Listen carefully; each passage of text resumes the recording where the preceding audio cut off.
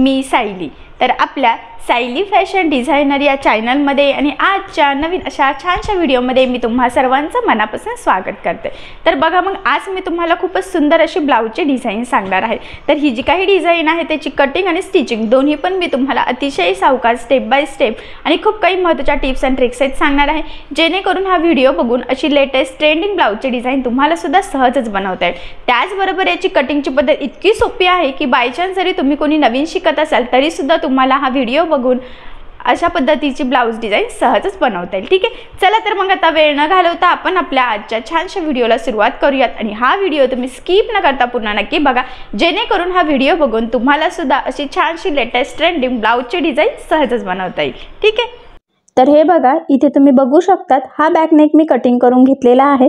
तर अस्तर आणि ब्लाउजचा बॅकनेक असं दोन्ही कटिंग केलेला आहे। त्याचबरोबर हे बघा खूप छान असा हा ब्लाउज पीस आहे आणि मी बघा थोडासा कपडा घेतलेला आहे। तर हा जो काही कपडा आहे तो मी साडीला मॅच होणारा कपडा आहे। ॲक्च्युली साडीमध्ये ह्या कलरची म्हणजे पिंक कलर आणि ग्रीन कलर असं दोन्ही कलरचं कॉम्बिनेशनची डिझाइन आहे। तर मग मी इथे हा पिंक कलर यूज करून छान अशी डिझाइन बनवणार आहे। तर हा जो काही कपडा आहे तर तो मी शॉपमधून पाव मीटर घेतलेला आहे। तर तुम्हाला सुद्धा मॅचिंग सेंटरमध्ये असा शायनी कपडा मिळत असतो, तर तो तुम्हाला पाव मीटर बस सफिशियंट असतो डिझाईनसाठी। ठीक आहे, त्यामुळे मग मी तेवढा घेतलेला आहे। तर आता डिझाईन बनवण्याच्या आधी सगळ्यात आधी मी तुम्हाला हे सांगते की ह्या ब्लाउजचं मेजरमेंट कसं आहे, जेणेकरून ही डिझाईन तुमच्या ब्लाउजला कशी बनवायची हे तुमच्यासुद्धा लक्षात येईल। तर हे बघा या ब्लाउजची उंची आहे 13 आणि इथे आपण 1 इंच मार्जिन, तर टोटल 14ला मार्किंग करून घेतलेली आहे। त्यानंतर इथून आपण टाकलेला आहे गळा रुंदी आणि शोल्डर। तर गळा रुंदी घेतलेली आहे इथं 2.5 इंच आणि 5.5 शोल्डर।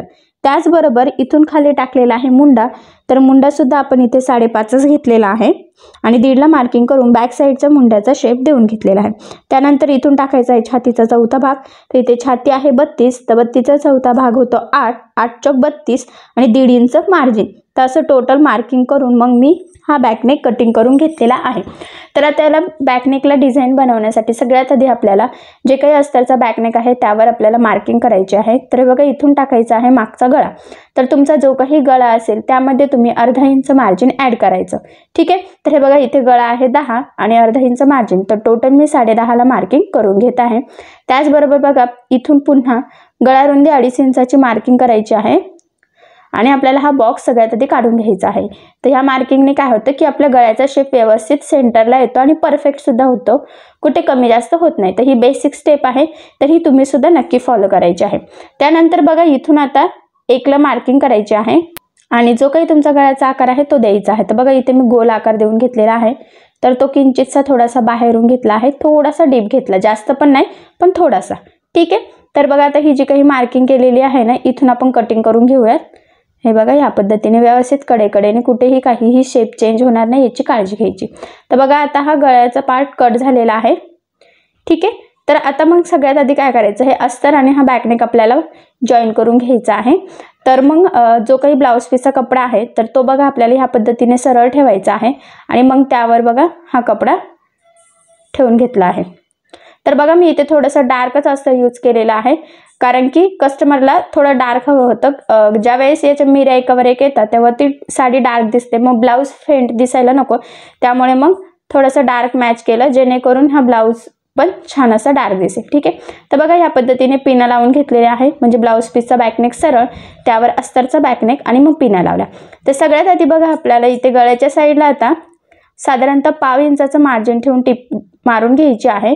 तर हा गोल गळा आहे ॲक्च्युली, त्यामुळे इथे काही कॅनव्हास पेपरची गरज नाही आहे, त्यामुळे मग मी पण इथे कॅनव्हास पेपर यूज केलेला नाही आहे। ठीक आहे, तर बघा आता गळ्याच्या साईडला टिप मारून झालेली आहे। त्यानंतर लगेचच आता आपण बघा कमरेच्या साईडला टिप मारून घेऊयात। तर कमरेच्या साईडला साधारणतः अर्धा इंचाचं मार्जिन ठेवून आपल्याला टिप मारून घ्यायची आहे। तर यामुळे काय होतं की गळा आणि कमरेचा भाग दोन्ही आपलं सोबतच फिनिशिंग सहित रेडी होतं। ठीक आहे, तर बघा टिप मारून झाल्यानंतर खालच्या पार्ट जो काही एक्स्ट्राचा आहे तर तो कटिंग करून घ्यायचा आहे आणि त्याचबरोबर लगेचच बघा गळ्याच्या मध्ये सुद्धा जो काही एक्स्ट्राचा पार्ट आहे ना तर तो सुद्धा आपल्याला कटिंग करून घ्यायचा आहे। ठीक आहे, बघा या पद्धतीने व्यवस्थित कडेकडेने। तर आता गळ्याचा मधला पार्ट कट झाल्यानंतर बघा याला छोटे छोटे कट्स मारायचे आहे, जेणेकरून आपला ज्यावेळेस आपण हा बॅकनेक सरळ करणार आहोत ना, मग त्यावेळेस काय होतं की त्याचा गळा व्यवस्थित प्रॉपर येतो, फोल्ड व्यवस्थित होतो. जर कट नाही मारले तर मग तो फोल्ड येत नाही, मग फिनिशिंगला प्रॉब्लेम येतो. सो त्यामुळे कुठलाही गळा असो सगळ्यात आधी हे कट मारून घ्यायचे आणि बघा ह्या पद्धतीने मग हा बॅकनेक सरळ करून घ्यायचा आहे. ठीक आहे. तर आता बघा आपल्याला या गळ्याच्या साईडला दाब टीप देऊन घ्यायची आहे, म्हणजेच एकदम किनारे किनारे कडेकडेने आपण टीप देत असतो. तर आता ही दाब टीप देताना काळजी घ्यायची आहे की जो काही अस्तरचा कपडा आहे तो वरती दिसणार नाही आणि व्यवस्थित थोडं थोडं पकडून ह्या पद्धतीने ती दाब टीप देऊन घ्यायची आहे. तर बऱ्याच जणांना दाब टीप म्हणजे काय हा प्रश्न पडतो, त्यामुळे मग मी सांगते की आपण बघा एकदम कडेकडेने ही टीप घेत असतो, त्यालाच आपण दाब टीप असेही म्हणत असतो, एकदम किनाऱ्यावर आणि अस्तर दिसणार नाही याची काळजी घ्यायची. हा पॉईंट खूप महत्त्वाचा, खूप इम्पॉर्टंट आहे. तर बघा आता गळ्याच्या साईडला आपण इथे दाब टीप देऊन झालेली आहे. त्यानंतर लगेचच आता आपण कमरेच्या साईडला सुद्धा दाब टीप देऊन घेऊयात. सेम त्याच पद्धतीने द्यायची आहे बघा, थोडं थोडं पकडत. आणि आता तुमच्या लक्षात आलंच असेल की ज्यावेळेस आपण गळ्याच्या साईडला टीप मारली तेव्हा लगेचच कमरेच्या साईडला टीप मारली होती, त्यामुळे काय झालं मग आपली गळा आणि कमरेचं पार्ट दोन्हीही फिनिशिंग सहित सोबतच रेडी झालेला आहे आणि त्यामुळे काय होतं मग आपल्याला इथे कमरपट्टी लावण्याची गरज सुद्धा पडत नाही. ठीक आहे. तर बघा मग अशा पद्धतीने आता आपल्याला हा बॅकनेक म्हणजे ब्लाऊज पीसचा बॅकनेक आणि अस्तरचा बॅकनेक एकमेकाला जोडून घ्यायचा आहे. आणि जोडताना काळजी घ्यायची की कुठेही काहीही गोळा होणार नाही, कारण बऱ्याचदा ते एकमेकाला जोडताना गोळा होण्याचे चान्सेस असतात आणि मग फिनिशिंग बिघडते आणि ते दिसायला पण व्यवस्थित दिसत नाही. त्यामुळे मग काळजीपूर्वक जोडायचं आहे. आणि ते जोडून झाल्यानंतर बघा ह्या पद्धतीने जो काही एक्स्ट्राचा कपडा आहे ना, तर तो आपल्याला कटिंग करून घ्यायचा आहे. हे बघा इकडचं सुद्धा सेम त्याच पद्धतीने आता एक्स्ट्राचं आपण कटिंग करून घेऊयात, म्हणजे आपला जो काही मापाचा परफेक्ट बॅकनेक होता तो रेडी होईल. हे बघा ह्या पद्धतीने. ठीक आहे. तर आता इथे आपल्याला डिझाईन बनवायची आहे. तर डिझाईन बनवण्याच्या आधी काय करूयात आपण, इथे बॅक साईडला टक्स टाकून घेऊयात. आणि टक्स टाकण्याच्या आधी अजून एक गोष्ट आहे ती करून घ्यायची. तर बघा जो काही उरलेला कपडा आहे ना, तर त्यातून मी एक पट्टी आधी कट करून घेते. हे बघा ह्या पद्धतीने. तर ती साधारणतः आपण 2 इंचाची करू शकतो, म्हणजे मी बघा डबल घेतलेले आहे. तर आपल्याला ती रेडी जी पट्टी आहे ती 1 इंचाची पाहिजे, त्यामुळे मग ती 2 इंचाची कट करून घ्यायची. आणि बघा ह्या पद्धतीने मग आपण सरळ टीप मारून घ्यायची आहे ती फोल्ड करून. हे बघा. ठीक आहे. आणि आता ही टीप मारून झाल्यानंतर बघा हे एक्स्ट्राचं जे आहे कडेकडेचं ते कटिंग करून घ्यायचं आहे. आणि मग त्यानंतर आता आपल्याला बघा हे सरळ करून घ्यायची आहे ही जी काही पट्टी आहे. तर ही तुम्ही कशीही सरळ करू शकता सुई दोऱ्याच्या सहाय्याने सुद्धा, पण मग मी इथे बघा हे स्क्रू ड्रायव्हर घेतलेलं आहे आणि मग ते यूज करून ती पट्टी सरळ करून घेते, कारण की पट्टी छोटी आहे त्यामुळे मग ती होऊ शकतं. तर बघा मग ह्या पद्धतीने व्यवस्थित ती पट्टी तयार करून घेतली आणि पुन्हा प्रेस करून बघा मग जिथून जॉईंट होतं ना तिथून आपण एक दाब टीप देऊन घ्यायची आहे, म्हणजे मग ती पट्टी व्यवस्थित दाबली जाते आणि मग फिनिशिंगला सुद्धा छान दिसते. बघा या पद्धतीने मग थोडं थोडं पकडलेलं आहे. ठीक आहे. आणि ही पट्टी आता आपली रेडी झालेली आहे. तर ही पट्टीपासूनच इथे आपल्याला डिझाईन बनवायची आहे. पण आता मग डिझाईनच्या आधी आपण इथे बॅक साईडला टक्स टाकून घेऊयात. ठीक आहे. आणि मग त्यानंतर डिझाईन बनवायला सुरुवात करूयात. तर बघा मग इथे सेंटरपासून आता आपण 4.5ला मार्किंग करून घेऊयात आणि कडेने अर्धा इंच आणि जो उभा आहे तर ते मी 3.5ला मार्किंग केलेलं आहे. ठीक आहे. सेम इकडून बघा 4.5ला मार्किंग केली आणि जो काही उभा टक्स आहे तर तो 3.5ला घ्यायचा आहे. ठीक आहे. तर बघा आता जी काही मार्किंग केलेली आहे ना बरोबर त्यावरच आता आपल्याला टक्स टाकायचा आहे. ह्या पद्धतीने बघा व्यवस्थित फोल्ड करून घडी करायची आणि तिरका टक्स टाकून द्यायचा आहे. तर हा जो काही टक्स आहे त्याला आपल्याला साधारणतः डबल टिप द्यायचीच असते, म्हणजे ते व्यवस्थित पॅक होतं आणि स्टार्टिंगला एंडिंगला व्यवस्थित लॉकसुद्धा करायचं, म्हणजे तिथून लवकर ओपन होण्याचे चान्सेससुद्धा राहत नाही. तर बघा दोन्ही साईडला आता आपले हे टक्स टाकून झालेले आहेत. हे बघा एकदम परफेक्ट असे. ठीक आहे. तर आता आपण इथे डिझाईन करायला सुरुवात करूयात. तर आता सर्वात महत्त्वाचं म्हणजे डिझाईनच्या आधी इथे आपल्याला एक लेस लावून घ्यायची आहे. तर मग मी इथे बघा पिंक कलरची लेस घेतलेली आहे. तर ती लेस लावण्याच्या आधी ह्या पद्धतीने सेंटरला मार्किंग करायची आणि बघा मग थोडंसं अंतर सोडून अशा पद्धतीने शेप देऊन घेतलेला आहे. हे बघा दोन्ही पण साईडला फेंटच दिलेला आहे, तो दिसायला नको जास्त म्हणून. ठीक आहे. आणि मग मी बघा ही लेस घेतलेली आहे पिंक आणि गोल्डन कॉम्बिनेशनची. तर मी आधी पण सांगितलं की साडीमध्ये पिंक कलरची डिझाईन आहे, त्यामुळे मग जर आपण कॉन्ट्रास्ट यूज करणार आहोत त्यामुळे मी कॉन्ट्रास्ट कपडा पण घेतलेला आहे आणि लेससुद्धा पिंकच घेतलेली आहे, म्हणजे त्या ब्लाऊजला छान असं लुक येईल. कारण की हा जो काही ब्लाऊज आहे तर एकदम येल्लो पण नाही, असा पेल येल्लो टाईप आहे, लेमन टाईपच. त्यामुळे मग त्यावर असं छान उठून दिसते. तर बघा मग अशा शेपमध्ये ही लेस लावून घेतलेली आहे. तर ह्या लेसला आपण डबल टिप देऊन घेऊयात, म्हणजे व्यवस्थित ती पॅक होईल आणि अशी वरती तरंगणार सुद्धा नाही. हे बघा या पद्धतीने. ठीक आहे, एकदम व्यवस्थित परफेक्ट. सेम आता ह्याच पद्धतीने दुसऱ्या साईडला सुद्धा आपण मार्किंग केलेली आहे. तर तिथे सुद्धा आपण अशाच पद्धतीने हे लेस लावून घेणार आहोत. हे बघा, तर तुम्ही सुद्धा तुमच्या आवडीनुसार कुठलीही लेस लावू शकतात. कॉन्ट्रास्ट लावली तर खूप वेल अँड गुड, म्हणजे छान असं लुक येतं. तर तुम्ही पण तुमच्या साडीला मॅचिंग होणारी इथे कलरफुल असं छान असं लेस लावू शकतात, म्हणजे ब्लाऊजच्या डिझाईनला अजून छान असं लुक येईल. तर हे बघा ह्या पद्धतीने व्यवस्थित जिथे मार्किंग केलेली होते तिथे ही लेस लावून घ्यायची आहे आणि आपलं जे काही डिस्टन्स आहे ते व्यवस्थित एकसारखं येईल याची सुद्धा थोडीशी काळजी घ्यायची आहे, कारण त्यावर आता आपली फिनिशिंग डिपेंड असते. आणि बघा मग इकडे सुद्धा आपण डबल टिप देऊन घेतलेली आहे. ठीक आहे, तर आता दोन्ही साईडला आपली ही लेस लावून झालेली आहे. एकदम परफेक्ट अशी छान बघा एकसारखी पण आणि फिनिशिंग पण एकदम व्यवस्थित आलेला आहे, आकार पण व्यवस्थित एकसारखा आलेला आहे.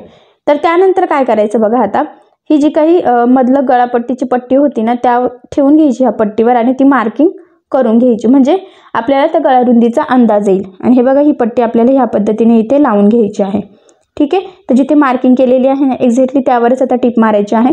पण काय करूयात आपण अर्धा इंच तरी थोडंसं दोन्ही साईडला थोडं थोडं किंचित आणि टोटल अर्धा असं ही पट्टी लावताना एक्स्ट्राचं डिस्टन्स घेऊ, कारण की तो गळा लावला की स्प्रेड होतं त्यामुळे. आणि बघा मग मी इथे 2.5 इंचाला मार्किंग केली आहे आणि मग 2.5च्या तिथून बघा खालची अशी ही पट्टी आपल्याला लावून घ्यायची आहे. तर डबल टिप द्यायची म्हणजे ती व्यवस्थित पॅक होते. तर बघा इकडनं पण बघा आता जी काही मार्किंग होती ना त्याच्या मी थोडीशी बघा अलीकडनंच लावून घेते. हे बघा म्हणजे एक्स्ट्राची थोडीशी, कारण की तो ब्लाऊज घातला की थोडा स्प्रेड होतं त्यामुळे मग आपल्याला थोडंसं खूप असं टाईट व्हायला नको, कम्फर्टेबल वाटावं, त्यामुळे मग थोडंसं अर्धा इंच तरी एक्स्ट्रा घेऊन टाकायचं आहे. ठीक आहे, हे बघा तर इथे पण डबल टिप देऊन घेतलेली आहे आणि एक्स्ट्राची पट्टी इथे कट केलेली आहे. ठीक आहे, त्यानंतर आता इथे आपल्याला छोटे छोटे असे छानसे लटकन लावायचं आहे. तर बघा मग मी हा कॉन्ट्रास्ट कपडा घेतलेला आहे. तर मी पुन्हा सांगते हा आपल्याला मॅचिंग सेंटरमध्ये मिळून जातो. तर हे बघा मग डबल फोल्ड करून मी ते कट केलेलं आहे आणि बघा तिरकी टिप मारून घेतलेली आहे, म्हणजे जसे आपण त्रिकोणी लटकन बनवतो ना सेम त्याच पद्धतीने. ठीक आहे, आणि एक्स्ट्राचं कट करायचं आहे. सेम असंच बघा अजून आपल्याला टोटल 2 तयार करून घ्यायचे आहेत. आणि ते डबल फोल्ड का करतो ते लक्षात आलंच असेल तुमच्या, कारण की खाली आपल्याला ते पॅक हवं आहे. सरळ कपडा जर घेतला तर मग ते दोरा निघण्याचे चान्सेस असतात, त्यामुळे मग ते आपल्याला डबल फोल्ड करूनच त्रिकोण तयार करून घ्यावा लागतात. तर बघा हे पण डबल फोल्ड करून कट करायचं, ह्या पद्धतीने फोल्ड करायचं. ठीक आहे, हे बघा आणि इथे डबल टिप देऊन घ्यायची आहे आणि जे काही एक्स्ट्राचं आहे ते सुद्धा कट करून घ्यायचं आहे. आणि मग त्यानंतर आता हे जे काही त्रिकोण आहेत ते आपल्याला सरळ करायचे. तर बघा हे मी स्क्रू ड्रायव्हर घेतला आहे आणि तेथून अशा पद्धतीने ते सरळ करून घेते. तर ते व्यवस्थित काटोकट शेवटपर्यंत टिप मारून घेतलेली आहे, कारण की नॉटला लावतो ती पद्धत थोडी वेगळी असते, त्यामध्ये आपण नॉट टाकून टिप मारतो. तर हे डायरेक्ट आपण बनवले आहे, कारण की ते आपल्याला तिथे लावायचे आहे डायरेक्टच त्यामुळे. ठीक आहे, तर हे बघा हे व्यवस्थित प्रेस करून ह्या पद्धतीचं लटकन तयार करून घेतलेलं आहे. तर सेम ह्याच पद्धतीने बघा उरलेले ते 2 जे आहे ना ते पण आपल्याला ते स्क्रू ड्रायव्हरच्या सहाय्याने सरळ करायचं आहे. तर इथे तुम्ही पेन, पेन्सिल किंवा एखादी तुमच्याकडे शार्प गोष्ट असेल ना तर ती कुठलीही तुम्ही यूज करू शकता. तर बघा हे तिन्ही लटकन तयार झालेले आहे. तर हे इथे लावायचे आहे. तर एक मार्किंग सेंटरला आणि त्याच्या साईडला 2 अशा आपण टोटल 3 मार्किंग करून घेतलेली आहे आणि लटकनसुद्धा इथे टोटल आपण 3 बनवलेले आहे. तर आता काय करायचं आहे, हे लटकन आपल्याला सुई दोऱ्याच्या सहाय्याने लावून घ्यायचे आहे. ठीक आहे, तर बघा मी इथे गोल्डन कलरचं मणी घेतलेले आहे, म्हणजे ते लटकन लावताना मध्ये टाकले की छान असं लुक येईल आणि दिसायला पण छान दिसतील. ठीक आहे, बघा सुई दोऱ्यात ओवून घेतलेली आहे. ह्या पद्धतीने बघा ते पॅक करायचं सगळ्यात आधी आणि मी थोडे मोठेच मणी घेतले म्हणजे ते दिसतील पण असं छान. आणि बघा ह्या पद्धतीने मग ते लावून घ्यायचे. तर मी ते 2च टाकलेले आहे, तुम्हाला वाटत असेल तर तुम्ही 3 पण टाकू शकतात. आणि मी थोडेसे मीडियम साईजचे घेतलेले आहे, खूप छोटे पण नाही आणि खूप मोठे पण नाहीत. सो तुम्ही सुद्धा इथे मग असे मीडियम साईजचे लावू शकतात मणी. आणि जर का तुम्हाला वाटत असेल की थोडे मोठे हवे आहेत तर मोठेही लावू शकतात, काही प्रॉब्लेम नाही. तर तुम्ही तुमच्या आवडीनुसार मग इथे मणी यूज करू शकतात, किंवा छोटे वाटत असेल तर छोटे 3 टाकू शकतात किंवा हे मोठे सुद्धा 3 टाकू शकतात. पण मग ते खूपच खाली येतील असं मला वाटलं, त्यामुळे मग मी ते 2च मणी टाकून घेतलेले आहे. आणि मणी पण बऱ्यापैकी मीडियम आहे, खूप छोटे नाही आहे त्यामुळे. ते बघा मग आता 2 लटकन लावून झाले आहे. सेम त्याच पद्धतीने आता उरलेलं सुद्धा आपण लावून घेऊयात. हे बघा, आणि व्यवस्थित मग ते या पद्धतीने सुईच्या सहाय्याने व्यवस्थित पॅक करून घ्यायचे गाठण टाकून. ठीक आहे. तर बघा आता हे तिन्ही लटकन आपले लावून झालेले आहेत. खूप छान असे लुक आलेला आहे. कॉन्ट्रास्ट कलरचे लावले त्यामुळे खूप छान दिसतंय आणि पिंक कलर ॲक्च्युली याच्यावर छान पण दिसतोय आणि तो साडीला मॅचिंग म्हणजे खूप सुंदर असं लुक आलेला आहे.